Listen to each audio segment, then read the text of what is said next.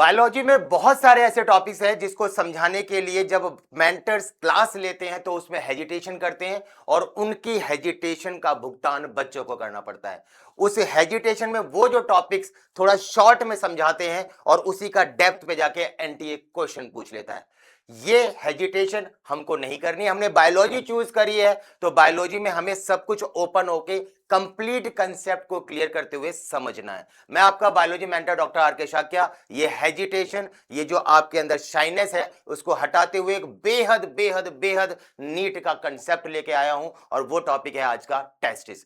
बहुत ध्यान से समझना, जो एक बहुत शॉर्ट और आपकी एक प्रिसाइज वे में एक छोटी इंफॉर्मेशन एनसीईआरटी में दे रखी है, उसकी डेप्थ किस हद तक जाती है मेरी वीडियो से पहले अभी तक आप सोच भी नहीं पाओगे। वीडियो देखने के बाद आपको लगेगा कि भैया क्या इंफॉर्मेशन दी है, ऐसा तो हमने कभी सोचा भी नहीं था। चलिए बेटा, आज का टॉपिक एक्सप्लेन करते हैं क्योंकि हमें लास्ट में पीवाईक्यू एक्सप्लेन करना है और उसके लिए इस पूरी वीडियो को ढंग से समझना बहुत जरूरी है। हमारी एनसीईआरटी क्या कहती है कि मेल जेनाइटल्स में, हमारे एक्सटर्नल जेनाइटल्स में जो प्राइमरी रिप्रोडक्टिव ऑर्गन होता है, वो प्राइमरी रिप्रोडक्टिव ऑर्गन हमारा जो होता है वो होती है हमारी टेस्टिस। क्या होता है ये टेस्टिस बेटा? टेस्टिस वो पार्ट है हमारा मेल का जो आपके गैमीट, हमारा जो लड़का है उस लड़के के अंदर गैमीट कौन सा बनता है बेटा? गैमीट बनता है स्पर्म। और लड़के को लड़का कौन बनाते हैं? लड़कों के हार्मोन्स। और लड़के के हार्मोन्स को हम क्या कहते हैं? आपका स्पर्म। जो आपके टेस्टिस से रिलेटेड हार्मोन्स हैं, स्पर्म हमारा गैमेट है, उससे रिलेटेड जो हमारा सेक्स हार्मोन्स हैं वो आपका जो होता है वो है टेस्टेस्टेरोन। ये टेस्टिस हमारी कहां होती है बेटा? टेस्टिस बॉडी के बाहर होती है, एक कवरिंग होती है। ये हमारा पेट का निचला हिस्सा है, ये वो कवरिंग है जिसको हम बोलते हैं स्क्रोटम, और इस स्क्रोटम के अंदर हमारी टेस्टिस होती है। यहां तक बात हमारी बुक कहती है। अब जरा इसकी वो डेप्थ समझो जो शायद आपको नहीं पता होगा। मैं कंफर्म हूं, मैं पूरा कंफर्म हूं, जो मैं इंफॉर्मेशन आपको देने वाला हूं वो इंफॉर्मेशन, कंप्लीट इंफॉर्मेशन आपके पास पहले नहीं होगी। इसलिए बहुत ध्यान से इस वीडियो को देखो, बिल्कुल जीरो से एक्सप्लेन करता हूं ताकि वो नीट का क्वेश्चन बिल्कुल क्लियर करें। हमारी टेस्टिस होती है बॉडी के बाहर, तो हमें क्या लगता है? हमारे पेट के निचले हिस्से में जो कवरिंग थी, क्या नाम बताया था इसका मैंने? स्क्रोटम। इसके अंदर हमारी टेस्टिस होती है, तो हमें ऐसा लगता है ये टेस्टिस शुरुआत से हमारी इस स्क्रोटम में होगी। बिल्कुल ऐसा नहीं होता है, बिल्कुल ऐसा नहीं होता है। जब लड़का अपनी मां के पेट के अंदर होता है, यानी मैं प्रेगनेंसी के फीटल लाइफ के दौरान की बात कर रहा हूं, तो टेस्टिस जो आपकी होती है बेटा पेट के अंदर होती है। बहुत ध्यान से समझना, बहुत इंपॉर्टेंट बातें बता रहा हूं।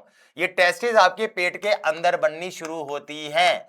प्रेगनेंसी ड्यूरेशन जब हमारी 3 महीने की हो गई, 4 महीने की हो गई, 5 महीने की हो गई, 6 महीने की होगी, यानी कि 3 से और 6 महीने का जो बीच का टाइम होता है, तो ब्रेन से मैसेज आता है कि भविष्य में तू तो लड़का है, तू तो बच्चा बन गया, अब तुझे आगे भी तो बच्चा बनाना है, और उस बच्चे को बनाने के लिए तेरे पास स्पर्म होना चाहिए। और स्पर्म के बनने को क्या कहते हैं बेटा? स्पर्म के बनने को बोलते हैं स्पर्मेटोजेनेसिस। आपकी एनसीईआरटी ये कहती है कि जो आपका ये स्क्रोटम है, इस स्क्रोटम के अंदर जो टेस्टिस होते हैं वो इसलिए होते हैं क्योंकि हमारी बॉडी का टेम्परेचर जो होता है वो टेम्परेचर होता है बॉडी का 37 डिग्री सेल्सियस।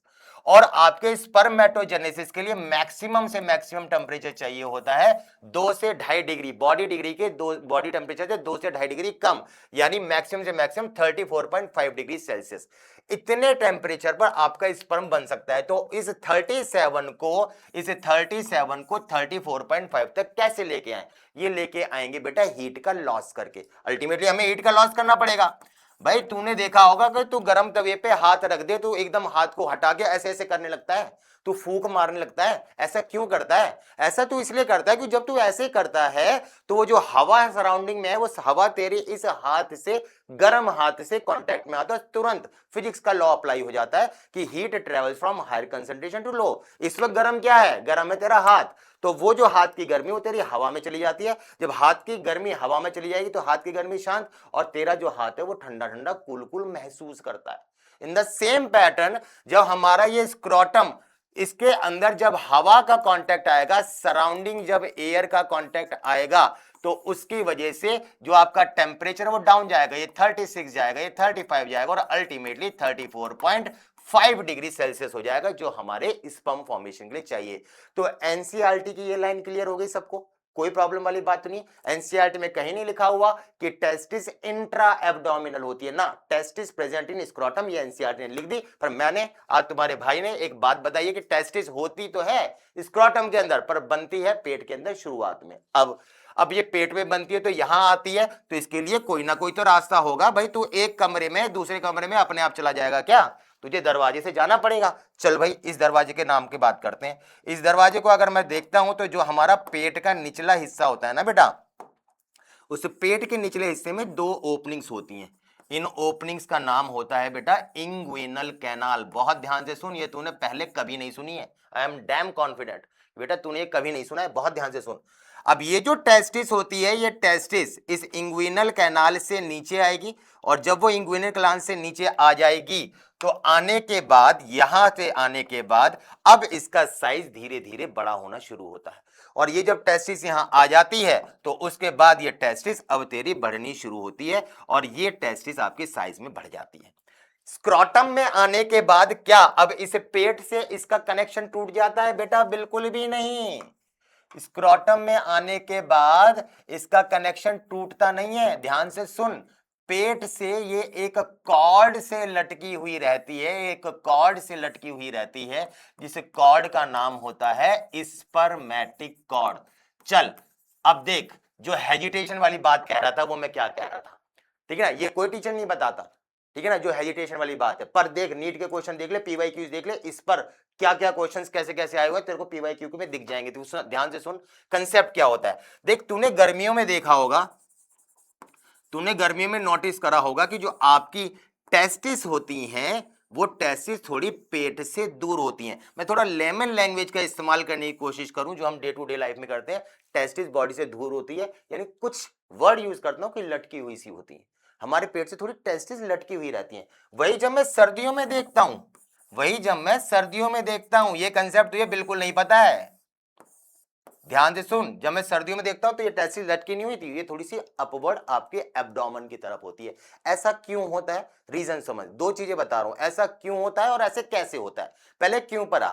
क्यों ये है कि गर्मियों में भैया टेम्परेचर है ज्यादा, और टेम्परेचर लॉस के लिए मैं तुझे अभी क्या बताया, हवा के कांटेक्ट में आ, गर्मी को शांत कर। और गर्मी शांत कैसे होगी? जितनी ज्यादा हवा लगेगी उतना ज्यादा हीट का लॉस होगा। इससे क्या होता है, सरफेस एरिया बढ़ाने के लिए टेस्टिस ड्रॉप आउट होती है। समझ गए? सरफेस एरिया बढ़ेगी, ज्यादा हवा कांटेक्ट में आएगा, ज्यादा हीट का लॉस होगा, और अल्टीमेटली हमारा टेम्परेचर मेंटेन हो जाएगा। यही सर्दियों में तो ठंडी हवा है। अब सर्दियों में ठंडी हवा टेम्परेचर डाउन करना, पर इतना भी ठंडे डाउन ना हो जाए कि ठंड की वजह से टेस्टिस में प्रॉब्लम हो जाए, स्पर्म फॉर्मेशन रुक जाए। तो उस चीज के लिए कहीं इतनी भी ज्यादा एयर कांटेक्ट में नहीं है। सिंपल अप्लाई करना, तुझे जब गर्मी लगती है गर्मियों में तो तू हाथ पैर ऐसे खोल के लेटता है, जाके ज्यादा सरफेस हो, हवा तेरे कांटेक्ट में, गर्मी शांत हो। वही सर्दी में ऐसे सिकुड़ जाता है, सरफेस एरिया रिड्यूस करता है। तो ये यहां पर सरफेस एरिया रिड्यूस करने के लिए टेस्टिस थोड़ी अपवर्ड हो जाती है। तो टेस्टिस अपने, हम कुछ नहीं कर रहे, सब अपने आप हो रहा है। बॉडी एडजस्टमेंट खुद कर रही है कि मुझे इतना टेम्परेचर करना है, तो इस टेम्परेचर मुझे इतनी लेंथ में नीचे करनी है या इतनी ऊपर करनी है। क्यों ऐसा होता है समझ में आ गया? अब चला जाए इस सवाल पर कि कैसे होता है। कैसे ऐसे होता है भैया कि ये जो आपका स्क्रोटम है, इस स्क्रोटम के अंदर ये आपकी टेस्टिस है, जिससे जुड़ी हुई है ये कॉर्ड। कॉर्ड का नाम क्या बताया मैंने अभी तुझे? मैंने बताया तुझे इसका नाम बेटा स्पर्मेटिक कॉर्ड। कहानी समझ में आई? ठीक, अब आजा आगे। इस स्पर्मेटिक कॉर्ड पे भैया मूवमेंट किसका काम होता है हमारी बॉडी में? मसल्स का। कोई भी मूवमेंट है, लोकोमोशन है, किसी भी चीज में मूव कर रहे हैं तो उसका किसका काम होता है? वो काम होता है आपकी मसल्स का। अब हमारी स्पर्मेटिक कॉर्ड से 2 मसल्स रिलेटेड होती हैं बेटा, ध्यान से सुन। पहली होती है क्रीमेस्टेरिक मसल। तू खुद बता, चल तुझे ये नाम सुने थे तूने? कभी कभी नहीं सुने होंगे तूने। और दूसरी होती है बेटा डाल्टोस मसल। इसीलिए कहता हूं बेटा, हेजिटेट नहीं करना है, जो पूछा जाए कंप्लीट इंफॉर्मेशन लेनी है, अधूरी नहीं पढ़नी है, पूरी इंफॉर्मेशन। क्रीमेस्ट्रिक और डाल्टोस मसल है। अब क्या होता है, जैसे ही ये मसल रिलैक्स करती है, जब ये लूज हो जाएगी तो आपका जो टेस्टिस है वो आपको नीचे की तरफ वो मूव कर जाएगा, और जैसे ही वो कॉन्ट्रैक्ट करती है तो टेस्टिस आपका अपवर्डली मूव हो जाएगा। बात समझ में आई? नीचे कब मूव हो रहा था भैया? गर्मी में, अभी बताया तेरे भैया ने। और ऊपर कब मूव होगा बेटा? सर्दी में। बताया कि नहीं बताया? बता, क्या तू ये कंसेप्ट पता था? कोई नहीं बताता। हेजिटेशन बहुत बड़ी चीज होती है जो तेरा भाई कभी नहीं करता इंफॉर्मेशन देने में। दूसरी बात सुन, चल एक और बात बताता हूं तुझे, बहुत बेहतरीन और इंटरेस्टिंग। क्रिकेट खेला है? क्रिकेट तूने खेला होगा। अगर तू जेन्युइनली और रेगुलर बेसिस पे क्रिकेट खेलता है तो कभी ऐसा नहीं हुआ होगा, मतलब कभी ना कभी ऐसा हुआ होगा। मैक्सिमम टाइम यह है कि तू अच्छे से खेल रहा है, पर कभी ऐसा इवेंट आया होगा जिसमें वो बॉल तेरे टेस्टिस पर लगी होगी, और टेस्टिस को बचाने के लिए हम गार्ड्स का इस्तेमाल करते हैं। बात समझ में आ रही है ना?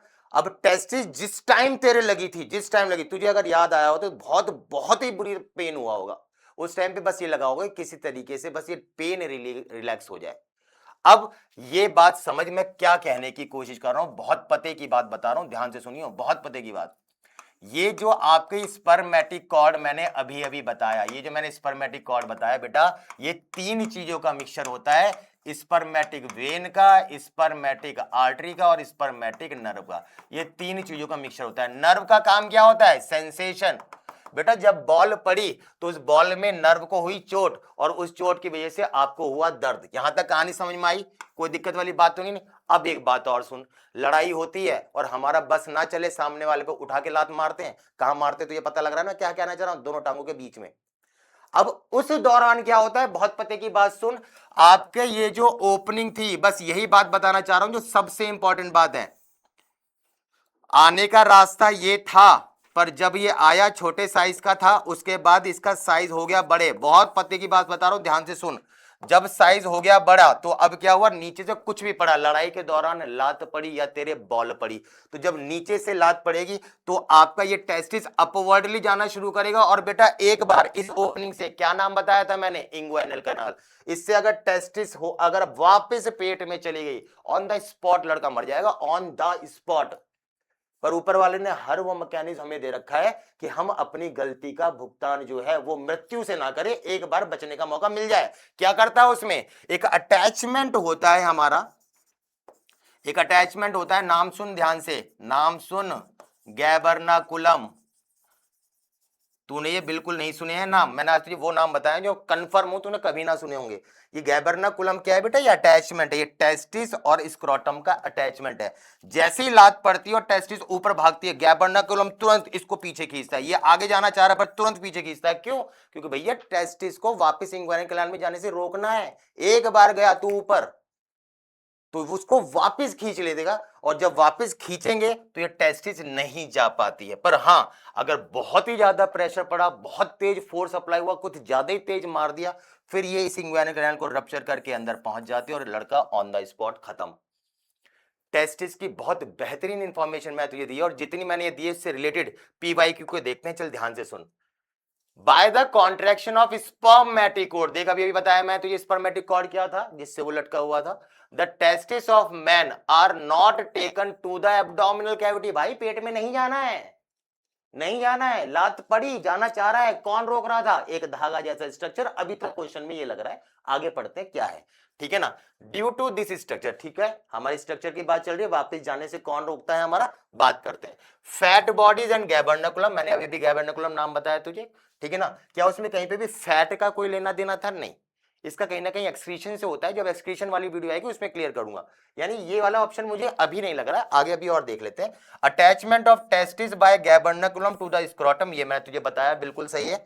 Narrowing of the inguinal canal, नहीं जाने से नहीं रोकता है बेटा, ये रोकने वाला काम वही करता है अपोजिट। और आपका बी एंड सी दोनों नहीं बेटा, आपका ऑप्शन क्या है? गैबर्नाकुलम। जो अटैचमेंट जो इंटेंशनली मैंने आपको बताया, वापस जाने से कौन रोकेगा? ये तो भाई पहले से ही ओपनिंग नैरो है, ये ऊपर तक पहुंच भी नहीं पाता, जब लात पड़ती है उससे पहले ये वापस खींच लेता है। नैरोनेस तो तब आती है ना जब इस पे टकराता है और जाने के बाद वो रेजिस्ट करता है कि नहीं तेरा एरिया कम है। नहीं, वहां तक तो पहुंच ही नहीं पाता, लात पड़ती है तुरंत नीचे खींचता है, और उस खींचने की वजह से नर्व में दर्द होता है। एक तो चोट से दर्द होता है, टांग में जो भी आपकी चोट लगी उससे दर्द होता है, पीछे से ये गैबर्नाकुलम नीचे खींचता है, उसकी स्ट्रेचिंग की वजह से दर्द होता है। इंग्वाइनल कैनाल की नैरोनेस का कोई रोल नहीं है। यानी इन चारों में से अगर मैं तुझे बताऊं तो प्रॉपर एक्सप्लेनेशन के साथ मैंने बताया गैबर्नाकुलम इज द परफेक्ट आंसर। तो ये इस सीरीज में मैंने पहले ही बताया था, फिर से बता रहा हूं, मैं वो सब पीवाईक्यूज विद बेहतरीन एक्सप्लेनेशन समझाऊंगा, और केवल बायोलॉजी के नहीं, फिजिक्स के भी, आपके केमिस्ट्री के भी, वो सब टॉपिक्स क्लियर होंगे जो आम तौर पर एक नॉर्मल टीचर बताने से हेजिटेट करता है। पर उस चीज के लिए तुझे क्या करना होगा, मुझे फॉलो करना होगा और अपने दोस्तों के साथ फटाफट से शेयर करना होगा।